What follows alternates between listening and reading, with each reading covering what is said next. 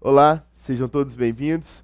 Vamos trabalhar mais uma vez aqui com História do Brasil, o processo de independência do Brasil, que está relacionado com o contexto europeu, com esses dois sujeitos, Dom João VI, príncipe regente de Portugal, e Napoleão, imperador francês.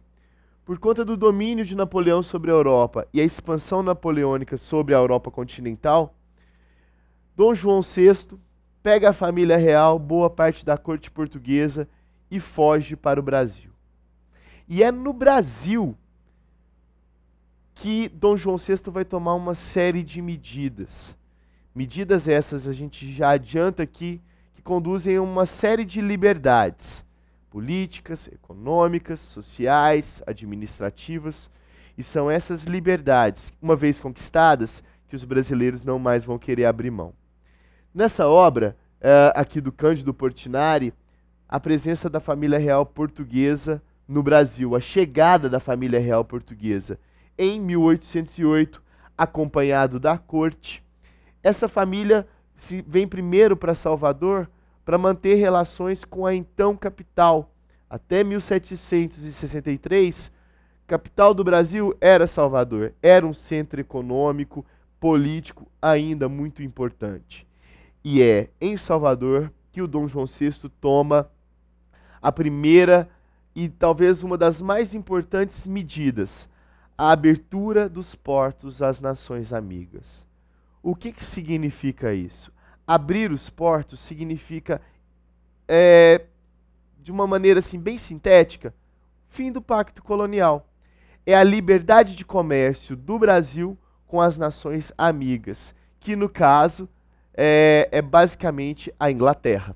A Inglaterra que apoia a fuga da família real, a Inglaterra com quem Portugal já tinha laços de amizade e de comércio desde o início do século XVIII. Um exemplo clássico é o Tratado de Panos e Vinhos, ou o Tratado de Methuen, que é de 1703. Então a Inglaterra é uma das grandes privilegiadas, obviamente, junto com o Brasil, né, porque os navios estavam nos portos, a mercadoria estava estragando nos porões dos navios. E era importante, era necessário restabelecer o comércio, uma vez que na Europa, o domínio de Napoleão, né, o Dom João VI não podia mandar mais os navios para Portugal. Então, a abertura dos portos significa fim do pacto colonial, liberdade de comércio. E essa liberdade é extremamente importante. Olha, a presença da família real no Brasil mudou o ambiente da colônia e principalmente do Rio de Janeiro. É claro, os impostos vão aumentar.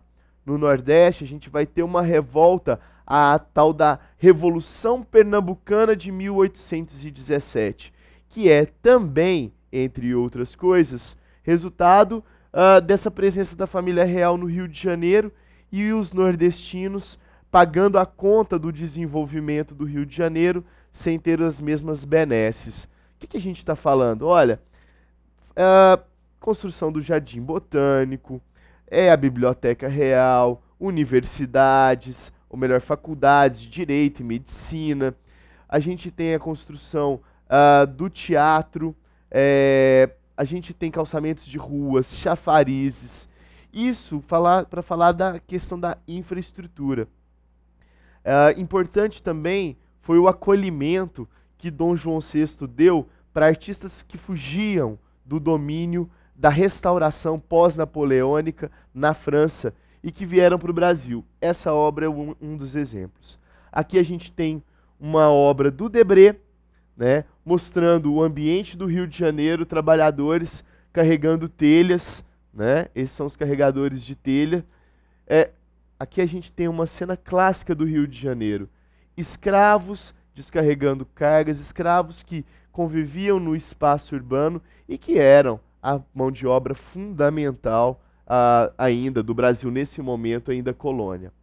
Agora, todas essas transformações com a fundação, por exemplo, do Banco do Brasil, tudo isso é muito importante, dá dinamismo à sociedade. Mas uma outra medida que Dom João VI toma, que é extremamente importante, é a elevação do Brasil à condição de reino. O reino que até então era Portugal e Algarve se torna o Reino Unido de Portugal, Brasil e Algarves. Isso significa que o Brasil, da condição de colônia, se torna metrópole. Quer dizer que tudo que Dom João VI faz agora no Brasil é considerado justo, lícito, válido, como se ele estivesse em Portugal. E esse estatuto jurídico permite aos brasileiros, inclusive, se eleger para participar nas cortes. Na prática, com a presença da família real, toda a administração foi trazida para o Brasil. Mas com essa medida, se torna juridicamente válida todas as atitudes e toda a administração de um monarca que, pelo que a gente entende, não queria voltar para Portugal. Mas por que, então, o retorno do Dom João VI a Portugal? Porque em Portugal, as cortes portuguesas pressionam pelo retorno do seu rei. Porque as cortes portuguesas, que haviam já, com a ajuda da Inglaterra, expulsado a presença francesa, exigiam o retorno do seu monarca. E uma revolução comandada a partir do Porto, a Revolução Liberal do Porto, essa imagem aqui mostra já o desembarque de Dom João VI retornando a Portugal. Essa revolução liberal era liberal para os portugueses, porque inclusive impôs uma constituição ao reino, uma constituição para Dom João VI. Era o fim do absolutismo. Mas ela era conservadora em relação ao Brasil, porque no fundo, e depois de uma maneira clara, os portugueses tentaram restabelecer o pacto colonial. Então é aí que a gente volta no início da nossa aula. Quando a gente tem a liberdade econômica, política, administrativa e um crescimento da vida social com a presença da corte, quando Dom João VI retorna para Portugal e os portugueses forçam a recolonização, aí as elites brasileiras não vão aceitar. Essas elites brasileiras, assim, não têm um corpo... a gente não pode falar de um corpo unificado. É ainda fluido, mas a gente fala tranquilamente de uma elite agrária, uma elite escravocrata que tem no latifúndio, na escravidão e na agroexportação os seus interesses comuns. Quem ficou no Brasil quando Dom João VI foi para Portugal foi Dom Pedro I. Ele ainda não era o Dom Pedro I. Esse título ele vai ganhar após a independência, quando ele é coroado imperador. Mas o que essa elite brasileira, por que essa elite brasileira coroa Dom Pedro? Por que não fazer como no resto da América Espanhola, estabelecer uma república? Porque o Brasil, após a independência, foi, tirando a experiência rápida do México, a única monarquia da América. Porque os nossos vizinhos, os nossos irmãos todos se tornaram repúblicas e nós uma monarquia? Bom, talvez os interesses dessa elite nos ajude a compreender as razões do Brasil com a independência, se manter uma monarquia e na monarquia colocar no trono um membro da família real portuguesa, um Bragança. Esse sujeito, Dom Pedro I, cresceu no Brasil, mas não vamos esquecer, ele era um português. Ele veio de Portugal, ele pertencia à família real portuguesa. Bom, a gente acredita, a maior parte dos autores acreditam que a figura de Dom Pedro foi importante, inclusive para manter a unificação, para evitar a fragmentação territorial, algo que aconteceu na América Espanhola. No Brasil, um país de dimensões continentais, com interesses diversos, a gente pode pensar nos produtores de cana no Nordeste, já no café no Sudeste, o charque no Sul, né, os criadores de gado no Sul. Essa figura, ela tinha legitimidade. Bem ou mal, esse sujeito era de uma família de reis. Essa família Bragança governava Portugal desde 1640. Então, a legitimidade sobre a qual a monarquia se amparou é essa história de reis que esse homem carrega no sangue. Esse sujeito aqui no centro da imagem, Dom Pedro. Essa elite brasileira também estava percebendo, sabia o que acontecia no entorno do Brasil. Guerras pela independência, que arrastavam as camadas populares e os escravos, e a elite criolha, a elite da terra na América Espanhola teve que libertar seus escravos. Teve que acabar com a servidão para atrair o elemento popular para fazer força na luta. É isso que tentou se evitar no Brasil. Uma independência que foi praticamente pacífica, tirando alguns conflitos, um mais longo na Bahia, que vai durar até 1823, o Brasil foi praticamente sem derramamento de sangue.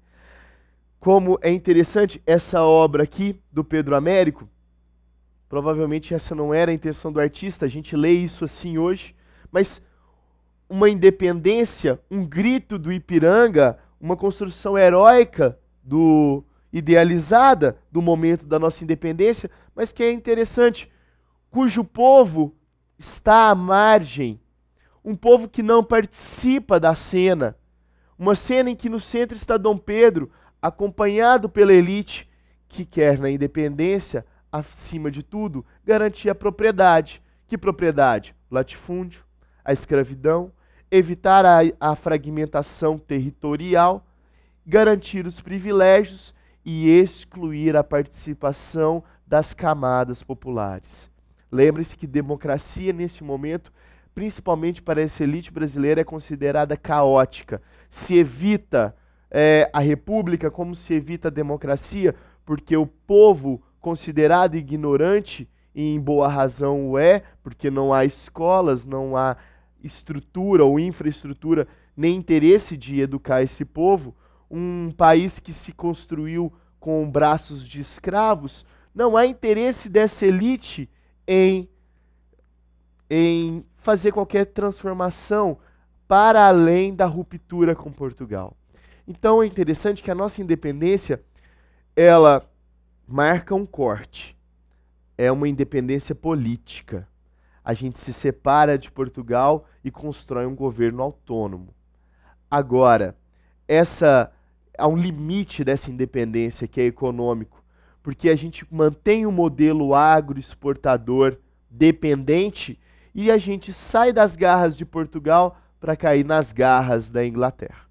Então esse é um pouco do nosso saldo da nossa independência, que coloca as elites agrárias junto com Dom Pedro no poder político, mas que não muda na estrutura social, cujo povo se mantém à margem, que mantém a escravidão e que mantém um modelo agroexportador dependente. Para as elites, estava de bom tamanho. O que elas queriam era chegar ao poder. Num próximo encontro, a gente fala dos desdobramentos dessa independência, já no Brasil Império, no chamado Primeiro Reinado. Muito obrigado a todos e continuem aprendendo com a TV Senec.